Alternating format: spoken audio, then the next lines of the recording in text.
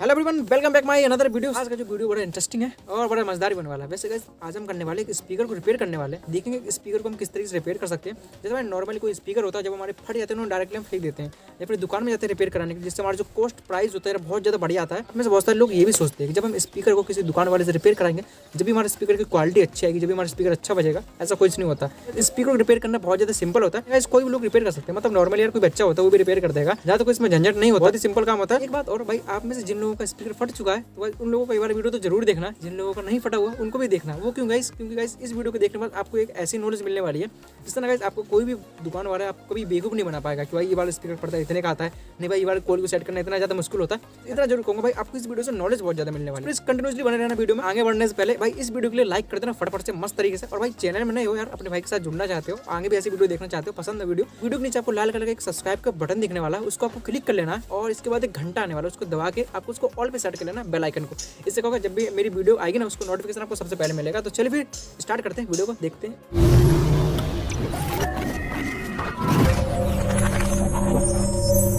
Guys अभी हम आ चुके अपने इस टेबल पर और भाई इसी टेबल पर आज होने वाला है स्पीकर रिपेयर और देखेंगे स्पीकर को हम किस तरीके से रिपेयर कर सकते हैं।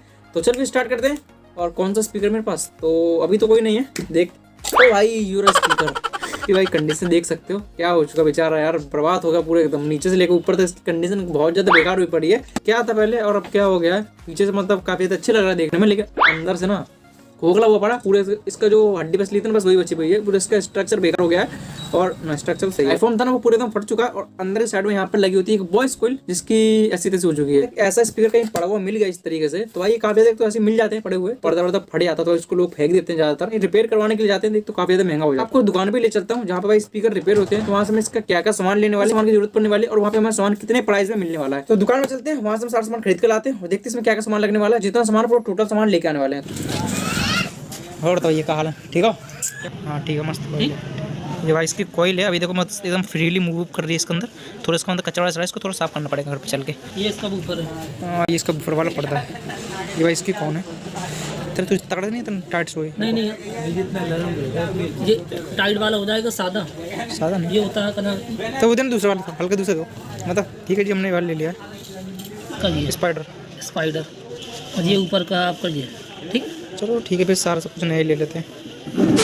गाइस ये हमारे भाई सारा रिक्वायरमेंट जो भी हमें चाहिए था, हमें जो भी चीज, तो ये भाई इसका स्पाइडर है। तो मेरे मतलब यहाँ पे 25 रुपए के लगभग यहाँ पे खर्चा आया है इसको बनाने के लिए स्पीकर में। अभी मैं आपको यहाँ पे जो बात बताने वाला हूँ उसको तो एकदम कॉन्सेंट्रेटली थोड़ा ध्यान से सुनना। लोग रिपेयर करते हैं ना वो सोचते हैं भाई पर्दा हम किस तरीके का लगाएं। यहाँ पे एक ये वाला कौन है, कल देख रहे हो भाई थोड़ा फूला फूला सा होता है, ज्यादातर अपने स्पीकरों में देखा होगा इस तरीके का, और ये देखने में काफी ज्यादा अच्छा भी लगता है। ये वाला जो कौन है किनारी यहाँ पे देख लो किस तरीके की है। होम में यूज करना चाहते हो, मतलब आउटडोर में नहीं चलाना है चाहते हो भाई, लो आवाज में मतलब कम आवाज में और अच्छी तगड़ी बेस मिले, इसलिए आप इस वाले स्पीकर का यूज करो। स्मूथ बेस होती है इसमें, हमें एकदम कड़क बेस आए, मतलब कड़क वाली बेस होती है ना एक, पता ही होगा आपको, मतलब साउंड सुनने में आपको पता होगा कड़क, जिसमें भट्ट वाली आप स्वस्थ हो यार, क्या बताओ तुम। हाई फ्रीक्वेंसी में अच्छी बेस चाहिए तो आप इस वाले पर्दे का यूज करो। फ्रीक्वेंसी में सही बेस सुनना चाहते हो, के लिए आप बना रहे हो तो भाई अब इस वाले पर्दे का यूज करना काफी ज्यादा अच्छा होने वाला है। अच्छी तरीके से क्लीन करना होता है, जितने भी इसके किनारे इसको पूरा अच्छी तरीके से रगड़ तरीके से भाई साफ करना आपको।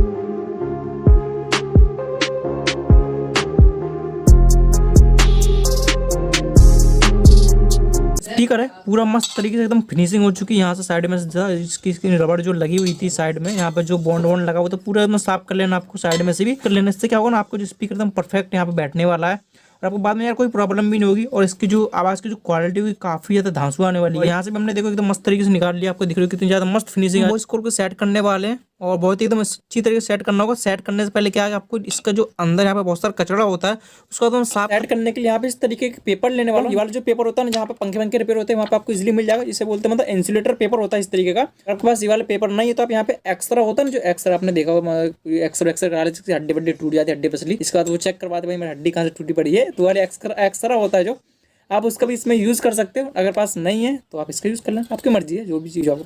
तो भाई अभी इस स्पीकर को अंदर से थोड़ा साफ करना पड़ेगा। तो साफ करने के लिए हम यहाँ पे किसी एक सूती कपड़े का यूज करने वाले हैं। इस कपड़े को इसके अंदर इस तरीके से डालना और जिसको आपको घुमा के अच्छे से साफ कर देना, जिससे भाई अंदर एकदम अच्छे से क्लीन होना चाहिए। जितने भी इसके अंदर डस्ट पार्टिकल है सभी को आपको अच्छे से निकाल लेने हैं। और गाइस आपकी जो कोयल है, इस कोयल को भाई इसके अंदर एक बार डाल के देखना भाई अच्छे से ऊपर नीचे हो रही है, मूव की नहीं हो रही है।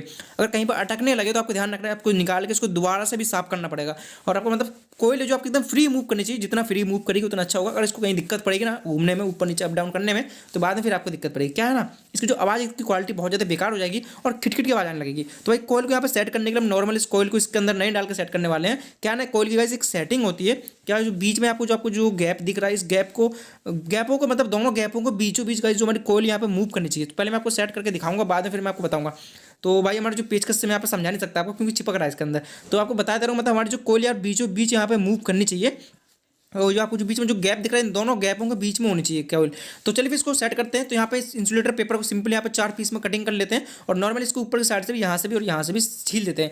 और यहाँ पे पेपर को आपको चारों तरफ यहाँ पे बराबर साइज में आपको लगाना, कहीं पे भी आपको ज़्यादा या एक तरफ कम नहीं कर देना। जिससे क्या होगा, जो कोयल का यार जो डायरेक्शन होगा वो थोड़ा बिगड़ जाएगा, जिसमें यार नीचे जाने पर या ऊपर आने पर कहीं पर अटकने लगेगी। तो आपको सिंपली इस तरीके से चारों पीसेस को लगा देना। और भाई जो कोयल है, इस कोयल को सिंपली इसके अंदर इस तरीके से डालना और लगाते समय आपको ध्यान रखना नीचे की साइड में यहाँ पे जो कनेक्टर होते हैं स्पीकर के, इस साइड आपको कोयल के जो वायर हो इनको रखना है। अगर आप दूसरी तरफ वायर कर दोगे गलती से भी तो भाई आपको बाद में फिर दिक्कत हो जाएगी लगाने में। तो आपको दोबारा मतलब लगाना पड़ सकता है जो कनेक्टर जो भी चीज़ है।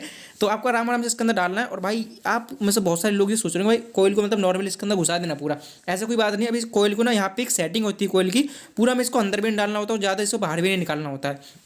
तो जैसे आपको नीचे की साइड में दिख रहा होगा, यहाँ पे एक तांबे का जो वायर है, यहाँ पे आपको जो वायर की वाइंडिंग दिख रही होगी, इसको आपको 1 mm हल्का सा ऊपर रखना है, ज़्यादा भी नहीं और ज़्यादा मतलब कम भी नहीं रखना। आपको अंदाज से अपने हिसाब से मतलब 1 mm के समथिंग यहाँ पर रखना है। और अंदर की साइड से भी आपको देख लेना। तो जो भी हमारा स्पाइडर के यहाँ पे सेटिंग करने वाले हैं, तो स्पाइडर हमारे इसके अंदर भी नहीं जा रहा है क्योंकि अंदर से इसका जो होल थोड़ा बड़ा है। मतलब आपको अपने हिसाब से देख लेना भाई, कहीं छोटा मिल जाता है, कहीं थोड़ा बहुत बड़ा आ जाता है।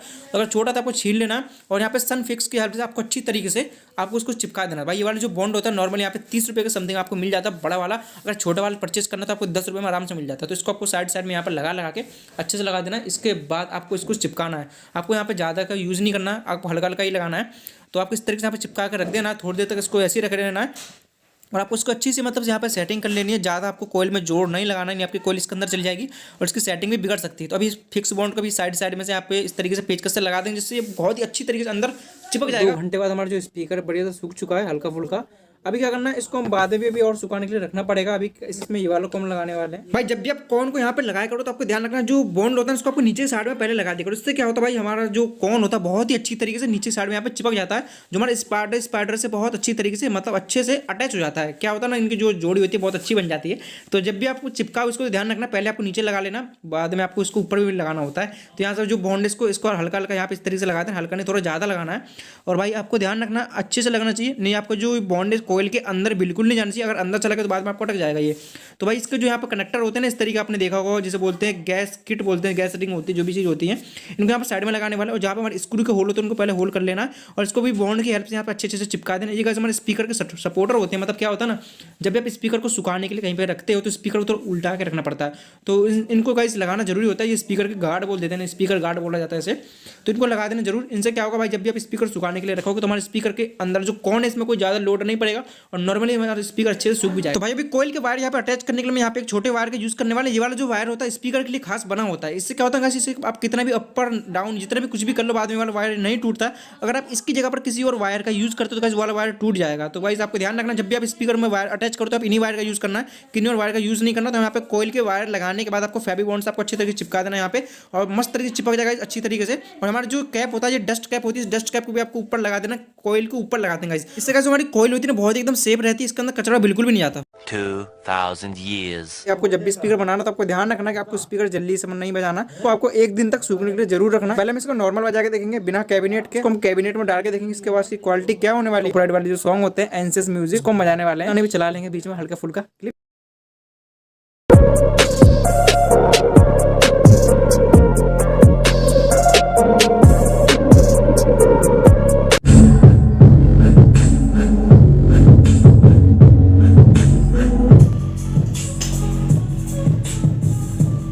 आज को ये वाला वीडियो आपको कैसा लगा और कुछ नॉलेज या कुछ इन्फॉर्मेशन मिली हो, इन्फॉर्मेशन मिली हो तो प्लीज़ लाइक करना। चैनल में नहीं हो आगे वीडियो अगर ऐसे देखना चाहते हो सब्सक्राइब करें, घंटे का आइकन कॉल पे सेट कर लेना।